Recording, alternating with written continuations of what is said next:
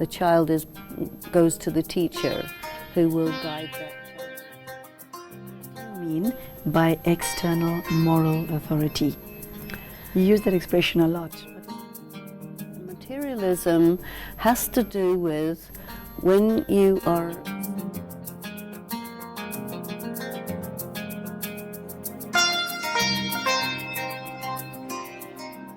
Hello, welcome back to the course in Values and Spirituality. We are now looking at the Convention on the Rights of the Child. I would like to begin with a quote by Sister Denise on page 97 of this book, which reads as follows. Article 29 of the Convention on the Rights of the Child, adopted by the General Assembly of the United Nations in November 1989, summarized the rights of the children with respect to education as follows. The child has a right to education, and the state's duty is to ensure that primary education is free and compulsory, to make secondary education accessible to every child, and to make higher education available to all on the basis of capacity. Sister Denise, I'm very curious as to why you thought it necessary to include this quote in this segment, in this chapter. The main thing is that people think that a child is a possession and as such doesn't have any rights. That when you become an adult, that's when you acquire rights. And I think it's important to point out that the UN, which really thinks about these things and writes out what a human being has rights to. We also have the Declaration of Human Rights. There are conventions that have described the rights of women. Why this is necessary is because the archaic social attitudes don't consider these things to be valid. And again, we're looking at the clash of values. The archaic social attitudes, which are patriarchy based, which say that the patriarchy has rights and nothing else does. Whereas here we're saying your rights finish when it impinges on somebody else's rights. So there's a boundary. That's very interesting. Tell us more about the boundary. This is a very important value, actually, that to do with the idea of freedom and responsibility, which also comes up in philosophy, moral philosophy. If you say, my rights have no limit, there's going to be a point where your rights get in the way of somebody else's rights because you don't put a boundary.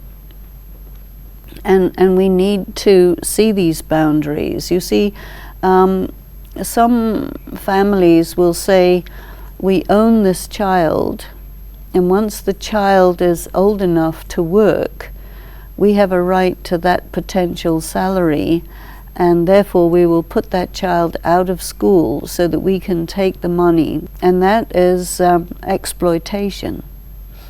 So one set of values says this is exploitation, and the other set of values says, well, this is only an object anyway, so I can do with this object whatever I want.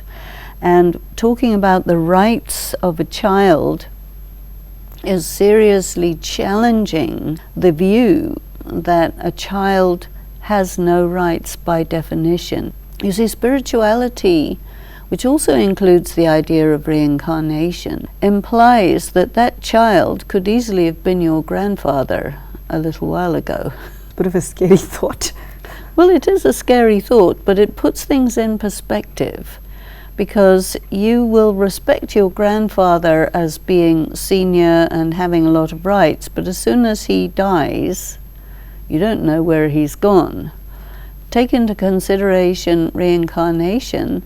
That same person takes a new body, and with that loses your respect, their rights, and so on, because you look at that body as an object. So spirituality says you need to see the things that are not visible. You go on to say, children and youth who are at school today will soon be making a decisive impact.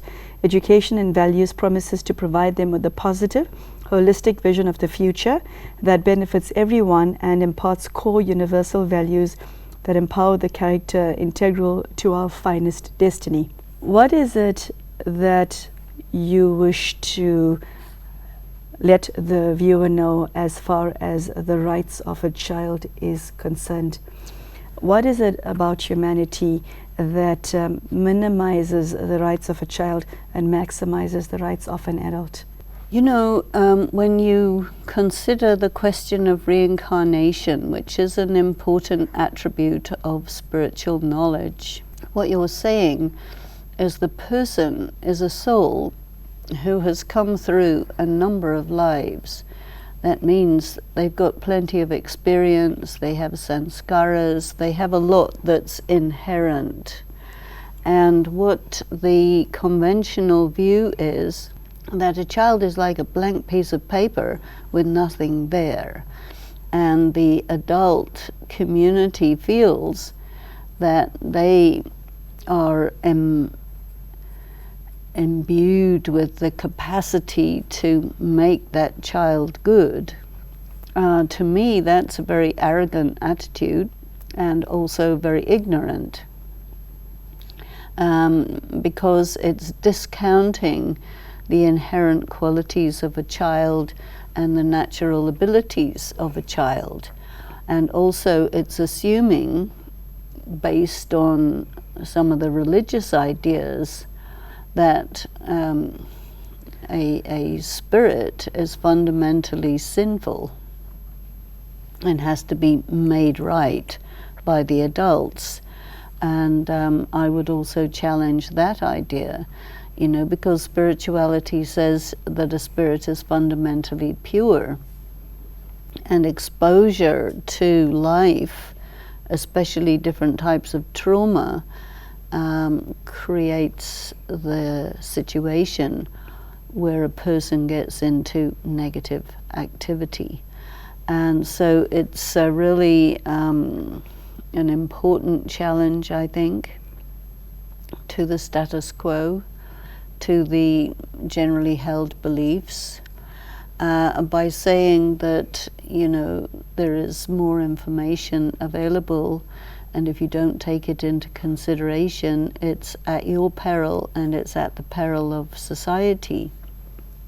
So education doesn't mean putting something into a child the way it's normally thought of, but education is really about allowing the child to emerge whatever is already in there and then take a look at it with an experienced adult.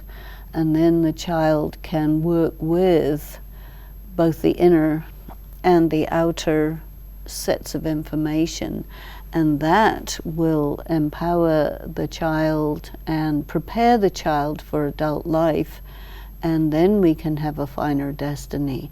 But the way children are thought of and discounted and disbelieved, so many times if a child says something that is true, an adult will say, "I don't believe you," which means you're a liar. And the child has no recourse, and this is very, very common, you see. So that child is diminished and put down very easily, very quickly, and this is damaging. It will teach the child to stay quiet and create a barrier between the generations. That's not healthy. As I listen to you, I'm wondering, what is the definition of respect as far as a child is concerned, as far as an adult-child relationship is concerned? What will make the child feel respected? The adult needs to see that the child is no less of a person than the adult. And how does the adult impart this to the child? By doing what and by saying what? You speak to the child as an equal. Sister Denise, very few know how. They have to learn that. That's what education is about. Learning how to see another person as not less than yourself. We tend to look at people as higher and lower, and we learn how to treat people higher and lower. But there's nothing about how do you work with your equals. Because the society doesn't look at equals, it looks at higher and lower. And in the same way that it looks at right and wrong. And so education in values and spirituality is very much about you're a soul, the other one is a soul, and your relationship is fraternal.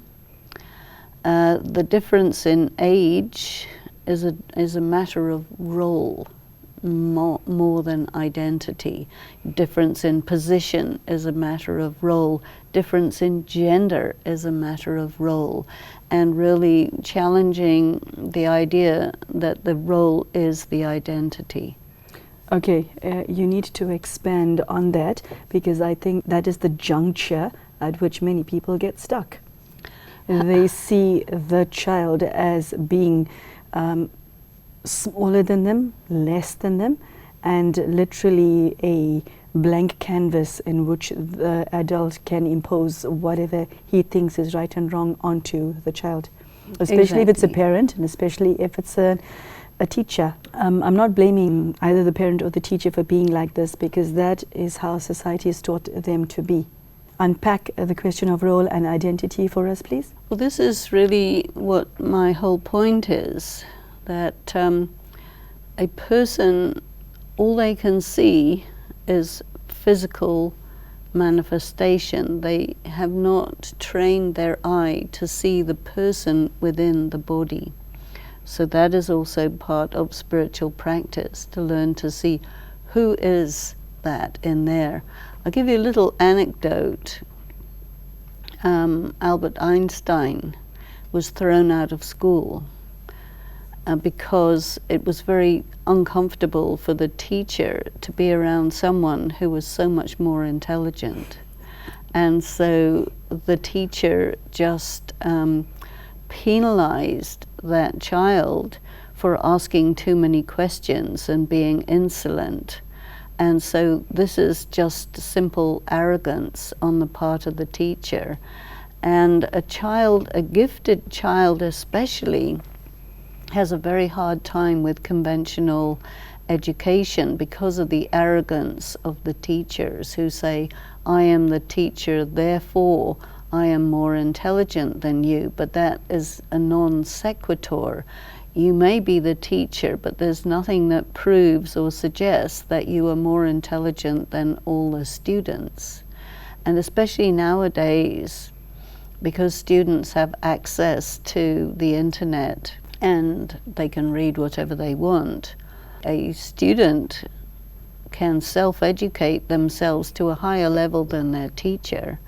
And this is what's happening quite a lot, is that students get bored in class, so they don't want to go to school because they experience school as being a dumbing down experience, and they are protecting their intellects from teachers who are preventing them from developing. And this is, I think, a child has a right to that, even though the teacher may feel very insulted by that. You see, one of the problems is that the people who get jobs as teachers are very often people who fail to get jobs as anything else. And so that you tend to get underqualified people as teachers who are undervalued, underpaid, and this is why they are just not interesting for a lot of the students who may be very bright. On the subject of the rights of a child, do you have a list of the needs of a child and the rights of a child. You mentioned the fraternal relationship, which I consider to be an answer to my question, but there's more. With you, there's always more. A child has a right to be given due consideration and not just dismissed just because they are perceived to be insulting, which is in fact because they're cleverer than the teacher. When you say due consideration, what do you mean? It's similar to due respect, due regard. You know, if a child is asking a question that the teacher can't answer, the teacher has to say, this question is outside my range. You're clearly more advanced than the educational setup that we have here, and we're unable to give you what you need to move ahead better. Now, teacher can never say that because their ego doesn't allow it, but the child has a right to that. So it's very difficult for the rights of a child to actually get given. And perhaps that child can receive a lot of support from the parent, because sometimes a child will be very bright and come from a family with very bright parents and go to a school with teachers who are not very bright. And there it becomes a difficulty, because to get special education for a gifted child is not so easily available, depending on the country, but not so easily available in India. The forms of education, the type of pedagogy in some countries, especially in Asian countries, is all about learning by rote. And not everybody is that way. So if you are someone who naturally is given to critical thinking, who can analyze concepts, and your teacher can't, you will be penalized, you will get low grades, and that child will start to doubt in their intelligence. And I know this is something that happened to me at school. They couldn't figure me out at all, not at all. And so I had to really educate myself, because in school it just didn't make any sense. But there's a lot of people like that. What's coming to mind right now, and from a legal perspective, when there's rights, there's always obligations.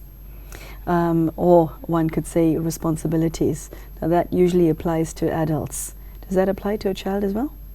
Well, of course it has to apply to the child, but it's more difficult because the child has a right to be considered and recognized, but if the adult doesn't have the capacity, then they can't give that right. And in the question of the rights of a child, another thing to look at is the girl child. The girl child is also a child, and the teacher will view a girl child as not requiring education.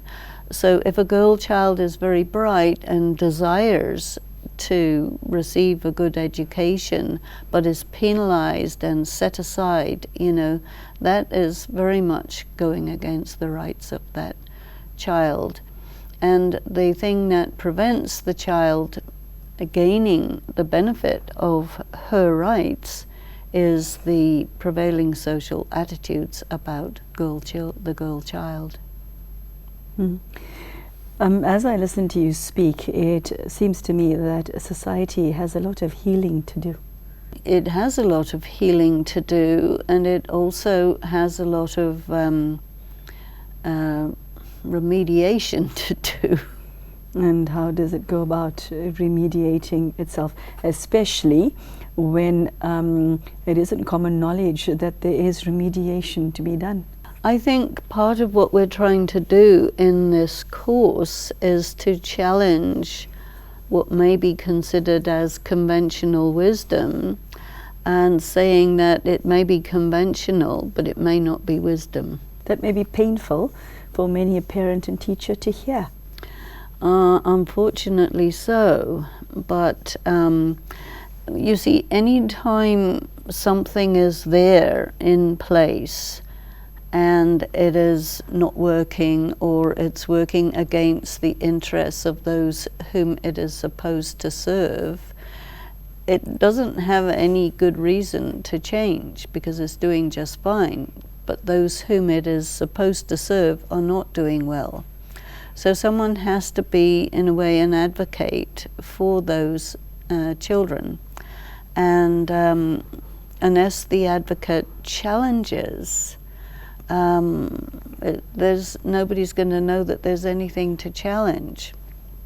If you challenge, then it means it becomes incumbent on the conventional system to defend itself. When you have a system which is in place, but it's not serving the interests of those it's supposed to serve, when you have a worldview which has failed the people it's supposed to serve.